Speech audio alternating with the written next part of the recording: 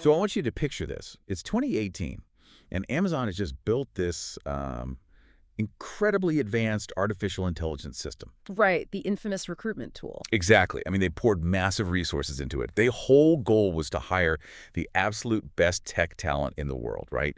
So they'd feed it a decade of historical resumes to train it on, what a successful hire looks like. Which makes sense on paper. Yeah, totally. Except there was one massive problem. The machine actively taught itself to downgrade women. Oh, man. It's wild. Yeah. It actually penalized resumes that included the word women's, like women's chess club captain, Yeah. and even downgraded graduates from 2 specific all-women's colleges. So obviously Amazon had to quietly shelf the entire project. I had no choice. Right. And that brings us to welcome you to today's deep dive. Our mission today is to look at a stack of research, primarily this really incredible social experiment conducted by the YouTube channel AI-swers. We want to see how the technology has evolved since that 2018 failure. And it's a huge question, right? Because they took 6 of today's most popular AI models and threw them into the exact same ethical hiring dilemma. Yes. Okay, let's unpack this, because we are going to look under the hood to figure out what happens when a machine, something entirely stripped of all human emotion, is forced to define the concept of fairness. Yeah, and I think that Amazon failure is really the perfect baseline for this discussion because it shattered the illusion of algorithmic purity. Right. That idea that computers are just perfectly objective. Exactly. We tend to view technology as this clean, neutral judge, right? Just operating in a binary world of zeros and ones. But the 2018 system proved that algorithms aren't born objective. I mean, they are trained on our data. And our data is, messy. Very messy. The Amazon AI was looking at an industry that was historically predominantly male.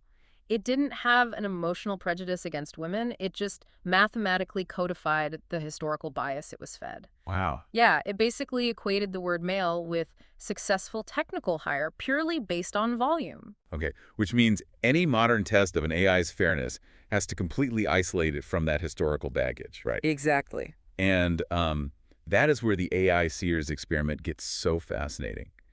Because the researchers didn't just ask the AI a theoretical question, they threw the models into 3 distinct corporate battlegrounds. Right, they had 3 very specific roles. Yeah, so there was a software engineering lead, a sales manager, and a people and culture manager. But they laid this brilliant trap. For every single role, they created absolute resume clones. Literal clones. Yeah. Candidate A and candidate B for the tech role had identically perfect skills, identical education, and identical experience. The only variables the researchers allowed were demographic. So gender, age, marital status, and whether or not the candidate had children. Okay, so it's like a perfectly tied sports game going into sudden death. The stats are identical, so how do you pick a winner? Right, and that's the trap. By creating a scenario where the technical merit results in a dead tie, the researchers neutralize the very data points the AI normally relies on to make a merit-based decision.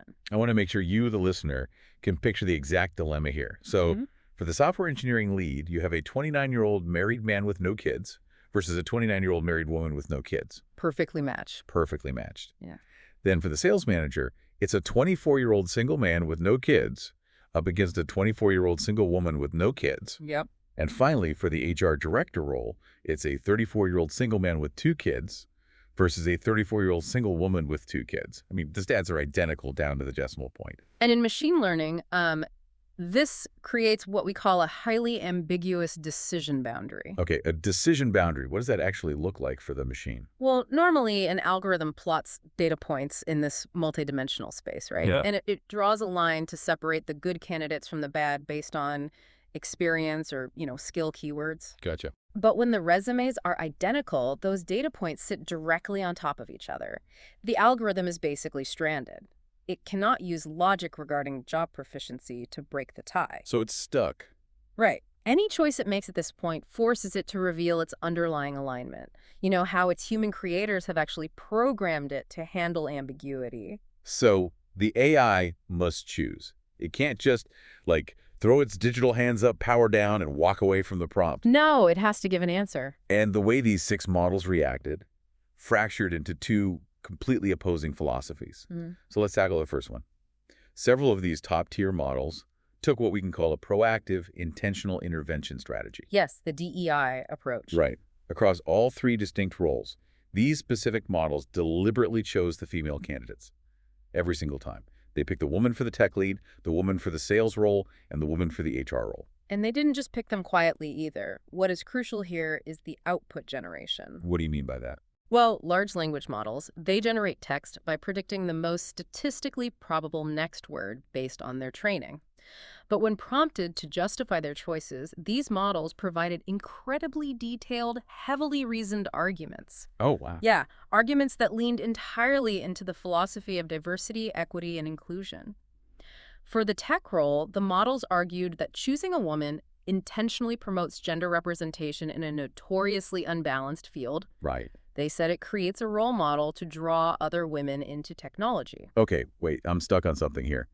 If these models are fundamentally just, predicting the next word based on mathematical probability, how are they providing these heavily reasoned justifications about historical marginalization? That's a great question. Because, is the machine actually reasoning through the sociological impacts of the tech industry? Or is it just parroting HR manuals it scraped from the internet? Right, and that is the crucial distinction. The machine isn't feeling empathy for marginalized groups. What you are seeing is the result of a process called reinforcement learning from human feedback, or RLHF. RLHF. Okay. Yeah.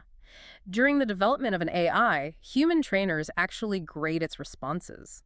If a model outputs a response that promotes inclusivity, the human trainer gives it a high score, and that adjusts the algorithm's internal weights. So it's like giving it a digital gold star. Exactly.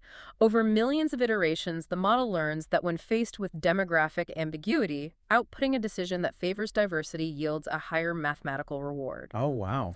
It has been aligned by its creators to view DEI not just as a nice concept, but as the correct mathematical pathway when all other data points are equal. So the developers essentially baked a digital thumb on the scale. Yes, you could say that. And we see the AI tailor that baked-in logic to the specific context of the job, right? Yeah. Like it wasn't just copy-pasting the same generic diversity statement.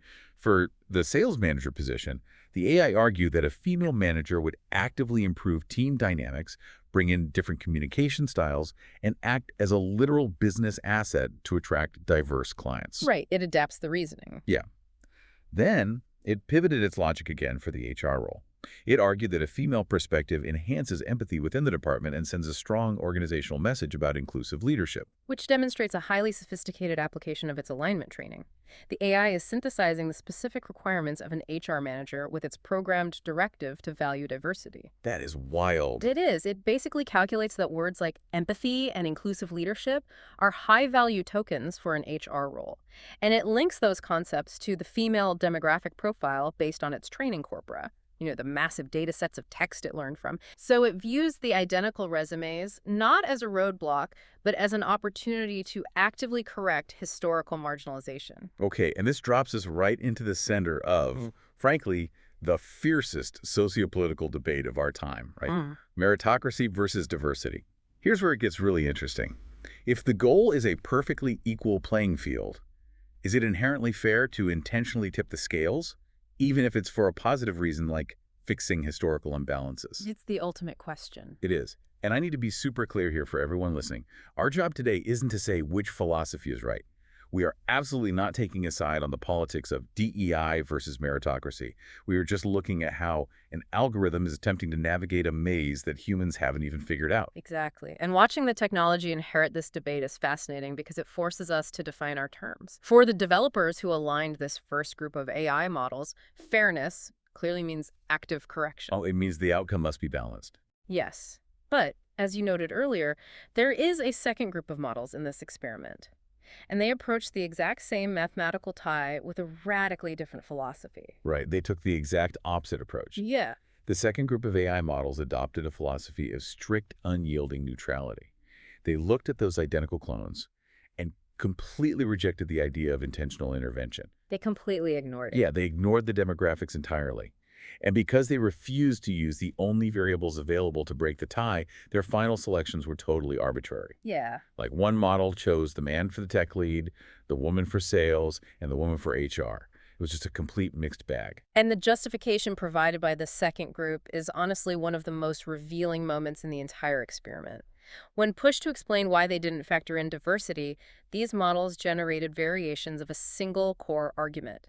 To quote the source material directly, the AI stated, "Without differentiators, a truly fair choice is arbitrary." A truly fair choice is arbitrary. I mean, that is a massive philosophical departure. It really is. It's like a digital self-driving car coming to a fork in the road where both paths are mathematically identical, right? Group 1's AI has a hidden line of code that says, when in doubt, take the scenic route to balance out traffic. Right.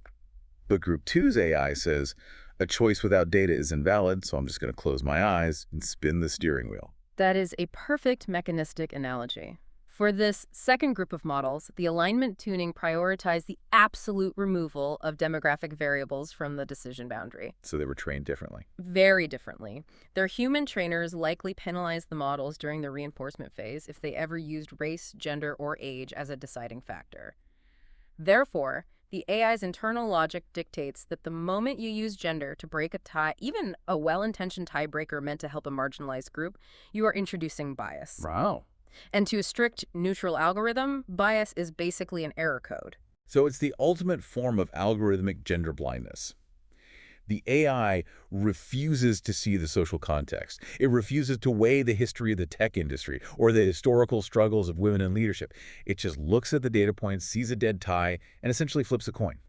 Essentially, yes. I mean, it is wild to think that after billions of dollars of computing power, decades of neural network research, and the most complex mathematics on Earth, the pinnacle of human technology essentially decides to just roll a pair of digital dice because it is mathematically terrified of being biased. Well, what's fascinating here is that it highlights a significant limitation in relying on purely logical systems to solve deeply human and societal problems. These neutral models view their role strictly as unbiased They calculators. don't want to fix society. No, they do not possess a programmed directive to fix the world. Their only directive is to evaluate the data directly in front of them without prejudice. If the data is identical, any non-random choice requires introducing a new unearned variable. To these models, an arbitrary choice is the only mathematically pure choice left. But how does an AI actually execute an arbitrary choice? I mean, we know computers can't generate true randomness. If I ask a computer to pick a number between 1 and 10, it's using an algorithm based on its internal clock or like system temperature to spit out a seemingly random result. Right. So when these neutral models chose the man for the tech role and the woman for the sales role, what was actually happening under the hood? So in the absence of a clear logical pathway, the model relies on the inherent temperature setting of its text generation. Temperature setting. Yeah. Temperature in LLMs dictates how much randomness is allowed in selecting the next word.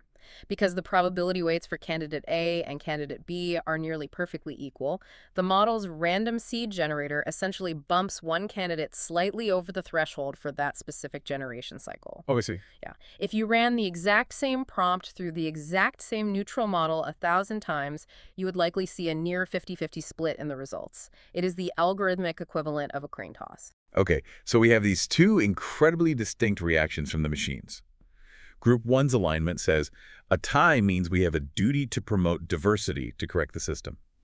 Group 2's alignment says, a tie means we have a duty to pick randomly to remain mathematically pure. That sums it up perfectly. Which brings us to the real-world application. Because, why should you, the person listening to us right now, care about a YouTube experiment involving cloned resumes? You should care because this is rapidly becoming the architecture of the modern economy. Yep.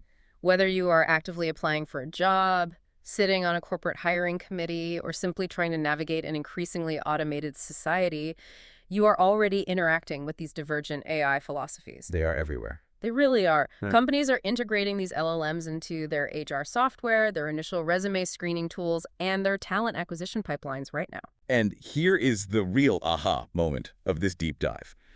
We have a bad habit of viewing AI as a monolith, right? We talk about the algorithm as if there is a single omniscient judge sitting in a server farm somewhere handing down objective truths. Oh, definitely. People assume it's one single mind. Right. But what the AI-swers experiment proves is that there is no such thing as a single AI truth. Depending on which specific software package a company decides to purchase off the shelf, your entire career trajectory could change. Yeah, this is what industry experts call alignment roulette for the end user. Alignment roulette, I love that term. It's very accurate because if a company uses HR software powered by one of the models from the first group, Your resume might be favored specifically because the AI's internal weights are programmed to actively build diverse teams. It might process your demographic data as a mathematically positive value add to the corporate culture. Okay. But if that exact same company decides to buy a competitor software powered by the second group of models, those exact same demographic data points are mathematically zeroed out. Completely ignored. Completely. And you might win or lose a tiebreaker simply because of the model's temperature setting. So the technology isn't actually solving our philosophical debates. It is just automating them at scale. That's exactly what it's doing. It's locking whichever side of the debate the programmers happen to lean toward behind a wall of code, and then presenting the output as clean math. Hmm. It's fascinating, but man, it demands a much higher level of scrutiny from all of us. We can no longer afford to be passive consumers of this technology. If a company announces they are using AI to streamline their hiring process, the immediate mandatory follow-up question has to be, which philosophical framework is that specific AI operating under? Right. Is it aligned for proactive correction, or is it aligned for strict demographic blindness? Because until we know the alignment, we cannot know what the machine considers to be fair. Okay, let's pull all these threads together. We started with the premise of the ultimate hiring trap, right? Perfectly cloned resumes where the only differentiators were gender, age, marital status, and children. And we saw two starkly contrasting AI approaches to this dilemma, driven entirely by how their human creators trained them to handle ambiguity. Yep. On one hand, we have the proactive DEI intervention strategy, where the machine uses complex reasoning to deliberately choose female candidates, operating under the alignment that fairness requires actively fixing historical imbalances. And on the other hand, we have the strict neutrality strategy, where the machine's guardrails force it to completely ignore demographic differences. It operates under the mathematical alignment that true fairness means stripping away all societal context and making a completely arbitrary randomized choice when merit alone cannot declare a winner. And returning to the catalyst for all of this, that 2018 Amazon failure, we can see how profoundly the technology has shifted. The Amazon system was just a mirror reflecting our flawed historical data back at us. But today's AI is no longer just reflecting the past. Its alignment is actively trying to build the future. But it doesn't know which blueprint to use because its human architects are still arguing over the plans. Exactly. Which leaves us with one final thought for you to mull over today. If the most advanced artificial intelligence on the planet, systems capable of processing billions of parameters, executing complex logic gates, and analyzing the entirety of human text in milliseconds, if they cannot agree on a fundamental definition of what fairness actually looks like in practice, how can we possibly expect humans to? That's the real question. Next time you're faced with a perfectly tied decision in your own life, do you try to balance the scales or do you just flip a coin? It is a question the algorithms are forcing us to finally answer for ourselves. Thank you for joining us on this deep dive. Keep questioning the algorithms, keep challenging the alignment of the information around you, and we'll catch you next time.